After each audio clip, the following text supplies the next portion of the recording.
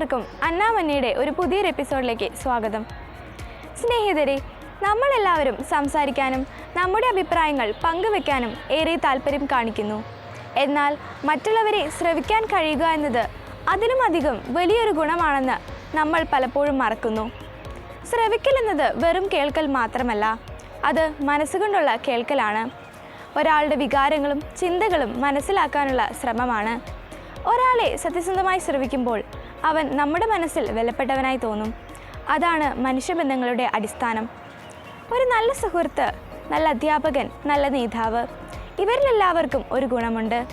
അവരെല്ലാവരും മറ്റുള്ളവരെ ശ്രവിക്കുന്നു. ഒരാളെ ശ്രവിക്കുമ്പോൾ നാം അവൻ്റെ വേദനയും സന്തോഷവും പങ്കിടുന്നു. അത് നമ്മെ കൂടുതൽ കരുണയുള്ളവരാക്കുന്നു. ചിലപ്പോൾ ഒരു ചെറിയ പ്രശ്നം പോലും ഒരാളുടെ മനസ്സിൽ ഒരു വലിയ ഭാരമാകാം. അപ്പോൾ നാം അവരെ ശ്രദ്ധയോടെ കേട്ടാൽ അതവർക്ക് ഒരു വലിയ ആശ്വാസമാകും. അതിനാൽ സംസാരിക്കുന്നതിൽ മാത്രമല്ല, കേൾക്കുന്നതിലും മഹത്വമുണ്ട്. നാം ജീവിതത്തിൽ പഠിക്കേണ്ട ഒരു വിലപ്പെട്ട പാഠം ഇതാണ്: ശ്രവിക്കുന്നതിലൂടെ മനുഷ്യൻ വളരുന്നു.